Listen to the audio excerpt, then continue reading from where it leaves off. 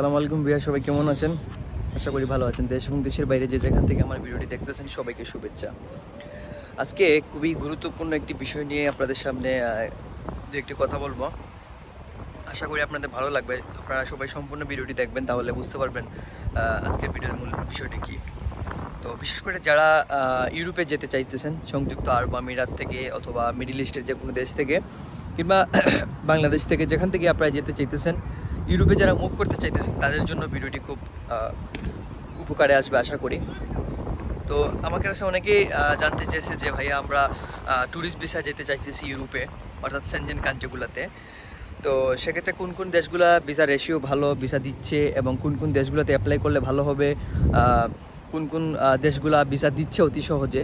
তো আমি আজকে আপনাদের এই ভিডিওর মাধ্যমে আপনাদেরকে এই কয়েকটি দেশের কথা বলবো যে গত এক বছরে আমি একটা রিসার্চ করেছি অনলাইনে কিংবা ইউটিউবে বিভিন্ন নিউজ ওয়েবসাইটগুলোতে, যে গত এক বছরে, অর্থাৎ আমি যে কথা বলতেছি 3 থেকে 4 মাস আগের কথা বলতেছি, আমি একটা রিসার্চ করে দেখলাম যে মোটামুটি ইউরোপের মধ্যে 6টি দেশের ভিসাগুলা খুব কম দিয়েছে। অ্যাপ্লাই যারা করেছে এর মধ্যে থেকে দেখা যায় খুবই কম ভিসা হয়েছে। সেই 5-6টি দেশ আমি আপনাদের সাথে শেয়ার করবো যে আপনারা এইসব দেশগুলোতে অ্যাপ্লাই করবেন না। 2022 সাল 23 সাল কিংবা যে সালই হোক, আপনারা এইসব দেশগুলোতে অ্যাপ্লাই করবেন না আপাতত। এছাড়া অন্যান্য দেশগুলোতে আপনারা অ্যাপ্লাই করবেন। তো আপনারা সম্পূর্ণ ভিডিওটি দেখবেন, তাহলে আপনারা কিছুটা আইডিয়া পাবেন কোন কোন দেশে অ্যাপ্লাই না করলে আপনাদের জন্য ভালো হবে, সময়টা নষ্ট হবে না। যাই হোক, 1 টাকা হোক 2 টাকা হোক, আপনাদের একটা কস্টিং হবে, সেই কস্টিংটা হবে না। তো ভিউয়ার্স, আমি আপনাদেরকে সর্বপ্রথমে বলবো গত এক বছরে যেটা দেখতে পেলাম যে সুইডেনের ভিসা রেশিও খুবই কম।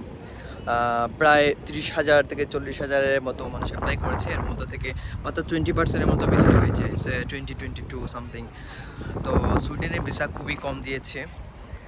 আপনারা যারা সুইডেনে ভাবছেন যে অ্যাপ্লাই করবেন, আপনারা সুইডেনে অ্যাপ্লাই করবেন না, কারণ এখানে ভিসার রেশিও কম এবং খুবই কম ভিসা দিচ্ছে। আপনাদের যাদের ট্রাভেল হিস্টোরি আছে, যাদের কাগজপত্র ভালোভাবে আপনারা প্রসেস করতে পারবেন, তাদেরকে ভিসা দেওয়া হচ্ছে, মানে কোনো ছাড় দেওয়া হচ্ছে খুবই কম।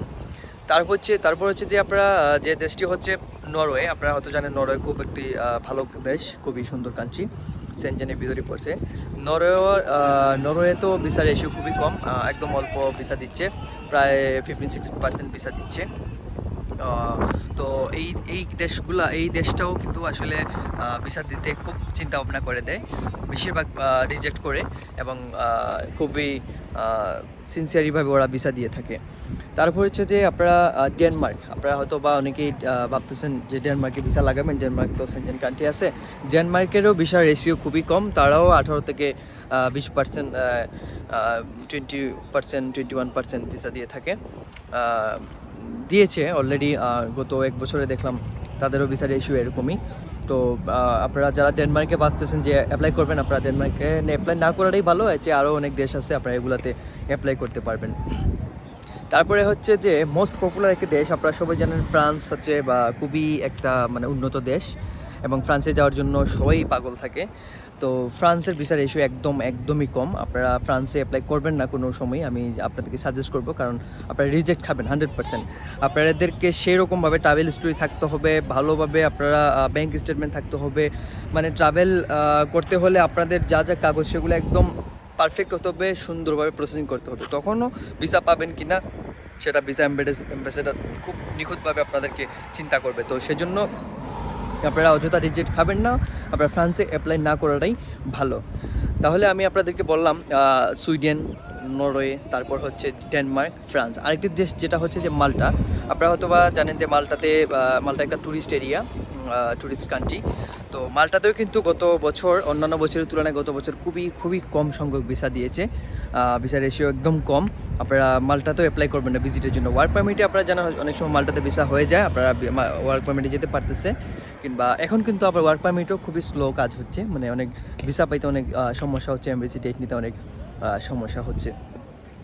তো ভিউয়ার্স, আমি এই যে 4-5টা কান্ট্রি বলছি, এই দেশগুলো কিন্তু ভিসা খুবই কম দিচ্ছে, ভিসা দিচ্ছেই না বলতে গেলে।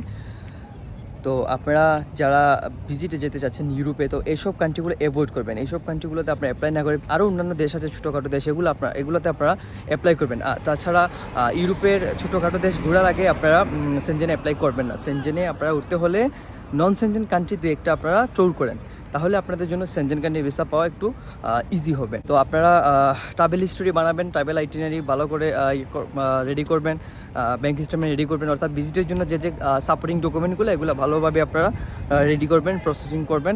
তাহলে আশা করি আপনাদের যে কোনো দেশে ভিসা হওয়ার সম্ভাবনা থাকবে, আপনারা ইউরোপে পাড়ি দিতে পারবেন। তো ভিউয়ার্স, আশা করি আমি আপনাদেরকে আমার ভিডিওর মাধ্যমে আপনাদেরকে একটা মোটামুটি একটা ধারণা, একটা আইডিয়া দিতে পেরেছি। আশা করি আপনারা উপকৃত হবেন।